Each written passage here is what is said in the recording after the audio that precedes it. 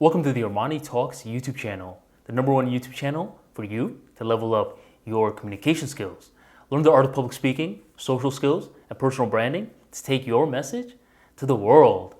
For today's episode, I'm going to be giving you the ultimate guide towards rapport building.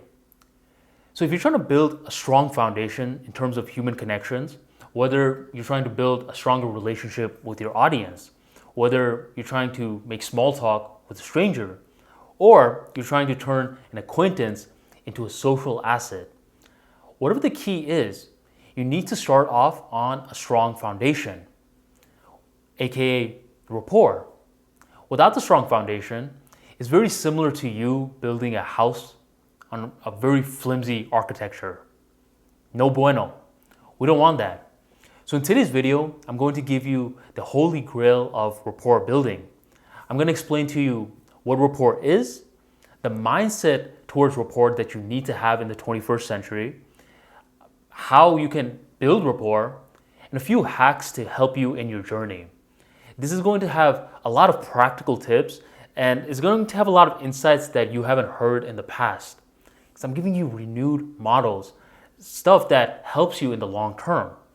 So for these exclusive insights, make sure you are applying them because it will never go out of style. Rapport building is just going to grow over time, especially with this world becoming more and more hyper-connected.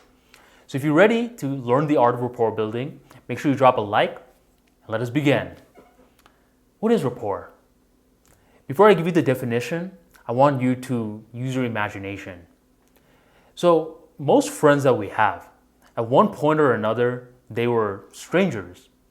So it's not rocket science that if we want to build our social circle, that we're going to have to talk to strangers. But every single time that we're meeting a stranger for the first time ever, what they have is an imaginary wall up. But this isn't anything to do against you. Don't take it personal. They have this imaginary wall up for survival reasons. If they were just trusting everyone in the block, who knows? They may be getting backstabbed or literally stabbed. But the imaginary wall is them having their guards up. What rapport does is that you are familiarizing yourself, you're building credibility into their world so they can get that wall, start putting it down. And once the wall is down, you can start building an emotional bridge between yourself and the other party. The stronger the bridge becomes, the stronger rapport that you have. So in summary, rapport is you building a stronger connection with the other individual so you can start understanding their thoughts and feelings. That's it. No need to overcomplicate it. It's an imaginary bridge, an emotional bridge that builds the connection. How do you provide rapport? The best way to provide rapport is to provide value. If you can keep providing value to this other person's world, then you're just automatically going to build rapport and they're going to start providing value back. I remember a few years ago, I was going to Steak and Shake with a friend. And as soon as we're about to enter, there's this gentleman who's like, excuse me, sir, do you mind if I get some money for the bus fare? I'm like, yo, fam, I'm over here entering the restaurant. I need the money for food. So unfortunately, I had to say no. So by the time we go, we eat, we're coming out, the same dude is still there. And he's asking other people for money. So my friend and I, we get in the car and we're about to leave. As soon as my friend is trying to turn on the car, it's not starting. We try over and over again and it isn't starting. So that same gentleman from earlier comes back and he asks us, he's like, I see your car's not starting. Do you need some help? And we're like, can you help us? He's like, yeah, I used to be a mechanic back in the days. Just pop the hood and I got you. So he starts working his magic. And after 5 to 10 minutes, just like that, the car is working. So once again, he asks us for 10 bucks. I'm like, homie, here's 20. Why did this happen? This happened because the first time, this dude gave us no value whatsoever. And he wanted to take value from us. But the second time, he gave us value. So now giving value back was seamless. Realize this. In the world of communication skills, we all want to improve. We all want to be able to influence other people, persuade other people. But you can't do that unless you have built rapport first. You just can't do that. That's like you trying to drive a car without even putting the key in the ignition. So you have to give value to other people. You have to do it consistently over time, and eventually the rapport will build on exponential progress. How do you give value though? There's two kinds of value out there. One value is tangible and the other value is intangible. Tangible value is a value that you can see. So say your friend is starting a business for the first time and you give them money for their product or service. You're giving them tangible value. Or let me give you another example. Say that you start a business and it's doing very well. And around that time, your friend just got fired from their job. So you give them a position in your company. Once again, that is tangible value. But here's the thing, I get it. We can't just be giving tangible value to everyone under the sun. So in this case, there's another thing called intangible value. This is the value that you can't see, but it has profound effects in the communications world. What are a few of examples of intangible values? Well, one is giving a genuine compliment. A genuine compliment is huge in the communications world. Huge. Not a generic compliment, but a genuine compliment.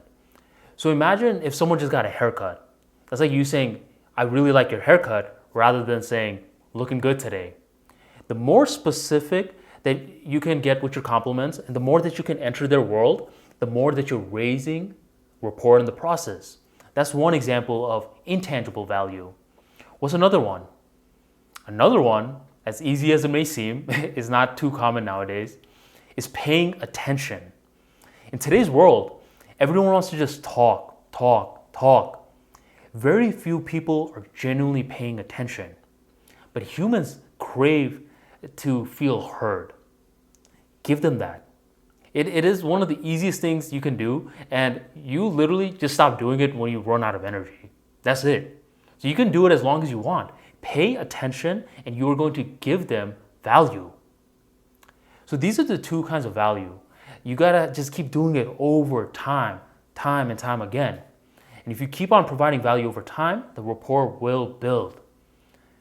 Now let me give you some hacks. Since you made it this far into the video, let me give you a few hacks. One hack is using their name. Your goal, anytime you're talking to a stranger or whoever the person is to get their name and use it. I often get people who say, Armani, I have a tough time remembering someone's name. And I'm like, how often are you using it? You gotta use the name. But don't overdo it. The name is sort of like a seasoning. If you do it too much, it comes off a little creepy. So just sprinkle it into the conversation. You'll remember the name and they'll love you much more for it. If someone says Armani or Arman, I don't even care if they're talking shit about me. I look their way because they're using my name. Name is huge. Another way to hack the system is through light touches, just like that. When you're talking to someone and you touch their shoulder, it makes them pay attention. You're entering their subconscious mind. Now here's a quick disclaimer for all you big macho dudes out there. Make sure your touch is gentle. I remember I once saw this big ass dude doing these gentle touches and the other person was basically just rocking back and forth. Don't do that. That's gonna hurt your likability, not build rapport. So gentle touches, that helps. And the third hack is to have nicknames or inside jokes with the other individual. So from 7 billion people in this world, you and this person have an inside joke, that automatically builds connection. Or say you have a nickname for this person, automatically that builds connection. People love that. People love to feel like they're involved in something that's exclusive. And an inside joke and a nickname does that. So these are 3 hacks that you should try implementing along with the other tips that I provided. Quick little recap. The recap is that in today's hyper-connected world, you need to view rapport building as a long-term strategy. Back in the days, you can do it pretty quickly, but nowadays it is a long-term strategy because you're building the foundations. How do you build rapport? You build rapport by consistently giving the other person value over a long period of time. What are some examples of value? Well, there's tangible and intangible. Tangible is a value that you can see, like money, a job position. Intangible value is sort of like the ones that you can't see, listening, paying attention, giving compliments. Just keep doing that over time, and the structure of the social interaction will build, and you guys will be much, much closer. A few hacks is to use the person's name. Use it consistently in the conversation, but don't get creepy with it. Occasionally, do a gentle touch. Enter their world, and you'll speak to their subconscious mind. And third is to start leveraging nicknames, inside jokes. These sort of stuff builds a stronger bond between you and the other person. And that's it. Rapport building doesn't have to be too difficult. It's just an investment that is going to pay dividends down the line.